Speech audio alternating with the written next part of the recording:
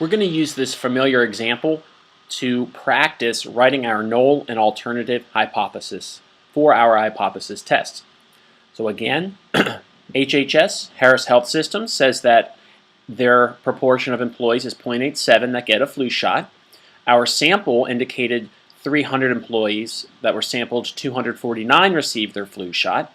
We want to test this with an hypothesis test, and we're going to assume a level of significance of 0.01. What that means, as we'll see on the next module page, is, and again similar to when we talked about confidence intervals, 0.01, that is our alpha level. In other words, if we find the probability of something occurring to be less than 0.01, we're going to reject the null. So I'm getting ahead of myself. We don't even have a null. We don't have an alternative hypothesis. Let's first determine what is the claim. In this case, we have a claim. It says that HHS says that 0.87 of their employees get a flu shot every year. So what is the claim? The claim is that the population proportion is equal to 0.87. That's the claim. Now, we're going to write down the null and alternative hypothesis for this test. Every hypothesis test has a null, which is H naught, or H with a little zero, that looks, it should be a little zero, and an alternative. The null and the alternative hypotheses need to be mutually exclusive, which means they both can't happen. Either one is potentially true or the other must be true. So one of these two things. For the null hypothesis, we are always going to assume that something is equal. And in this case, and notice, as we'll see, the hypothesis always are talking about a population parameter. So remember in our last video that we watched, we assumed that a claim to be true. In other words, if the proportion in question is 0.87, the null hypothesis is just going to assume that the proportion is equal to 0.87. So whatever the population parameter is that's in question, it could be a proportion, it could be a mean, whatever the population parameter in question is, the null hypothesis will always have an equal to. So let's assume that the population proportion is equal to 0.87. What is, and what do we want to test that against? Well, if it's equal to 0.87, we have a few options here. We could determine whether or not, and this is where we're going to see a different symbol, what if we wanted to test that the proportion is not equal to 0.87? That is an alternative. It's either equal to 0.87 or it's not equal to 0.87. And that would be our alternative. What you're going to find is every single hypothesis test, the null will always have an equal to sign, and the alternative will either have a not equal to, a less than, or a greater than. Now, we can kind of eliminate that one of these symbols is not going to be accurate. If you take a look at our sample, our point estimate was 249 out of our sample, 249 out of 300.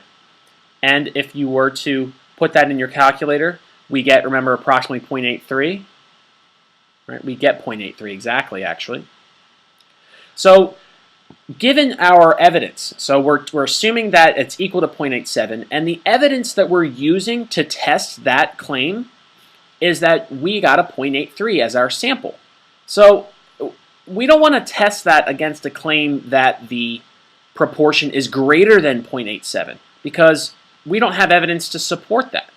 So one particular area of confusion that students have is, do I use, in this case, a less than or a not equal to? And honestly, it's not, well, you would be able to read the example and determine whether or not it's absolutely less than or absolutely greater than.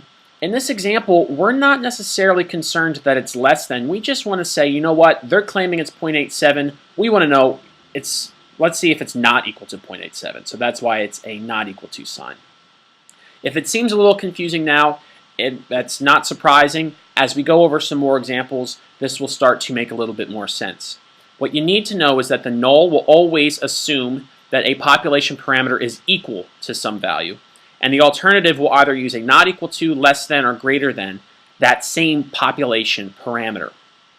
Notice the 0.83. 0.83 is not going to be in our null and alternative. The reason why? The 0.83 is from our sample. Sample statistics will never be found in the hypothesis. So it will not be in the null, it will not be in the alternative. We are using the population parameters. Final question, how do we know what type of test this is? Well, you will know what type of test this is by looking at the the alternative hypothesis. This is a not equal to, which means, and as we'll see soon, if this is a not equal to, this is called a two-tailed test. It's a two-tailed test because we don't necessarily know. We want to leave some room on the left-hand side and the right-hand side of the mean. So here, in this case, the population proportion, if we were to look at all these samples, is the sampling distribution, 0.87 is going to be in the middle. What we're going to do in future videos is look at our sample, 0.83, and determine whether or not it lies in these two tails. I know it's two tails because it's not equal to. I don't know if it's to the left or to the right. A one-tailed test, if our alternative hypothesis had a greater than, then what we are doing is we are testing the claim, and if it's greater than, we're going to look to see if our sample lies to the right. So if it's greater than, this is called a right-tailed test. And again, this will be reinforced in future videos. Right-tailed test. And if it's a less than, if our null hypothesis had a less than, then we are testing the null against the claim that the actual population parameter is less than, which in this case, this would be a left-tailed. So we're going to get into this a little bit more. What we're going to find, and we're going to go over one more example, we want to determine what is the original claim that's being tested, and how do I write the null and the alternative. We're going to get into the testing soon, but let's go over one more example. In our next example, we see public institutions are trying to attract students to register for their pre-med and medical programs. They do this by suggesting that doctors earning their degrees at public institutions earn at least $140,000 a year. We took a sample and found that doctors who graduate from these schools, there was a mean salary of $145,580 with a standard deviation of 13,200. We want to test this with an hypothesis test. So when you read this, let's write out what the claim is. The claim is by the public institutions, and they are claiming that doctors earn at least, so doctors from their institutions, and it has to be from their school, earn at least $140,000 a year. If we were to write that on average, I mean, we're missing the word average there. But if we were to write this claim mathematically, they're suggesting that the mean is at least, so it's greater than or equal to 140,000. That's the claim. Their claim is that it is greater than 140,000, the mean. Now, how do we write the null and alternative hypothesis? So their claim is that the null hypothesis, or excuse me, that the mean is greater than 140,000. Notice we are talking about a population here. Now, remember, $140,000 is the value in question. So that value is going to be in both the null and the alternative hypothesis. This statement of mu being greater than 140,000 is going to need to be either in the null or the alternative hypothesis. And as we know, anything that has a not equal to or a greater than or a less than is going to be found in the alternative. So the null hypothesis always assumes that the population parameter in question is equal to the value in question. So let's just assume that the mean is equal to $140,000. And then we're going to test that against it's actually greater than $140,000. So again, the mu is our mean, population mean. Our null hypothesis is that it's equal to. Null will always have an equal to. The claim in question is that the mean is greater than 140,000, so we're going to have that as our alternative. What we'll do next is we're going to, and as we'll actually solve this problem later, we're going to look at the sample. We found that a sample was 145,580 with a standard deviation of 13,200. So what we're going to do next, as we get into further problems, is say, well, here is, if this is true, if the population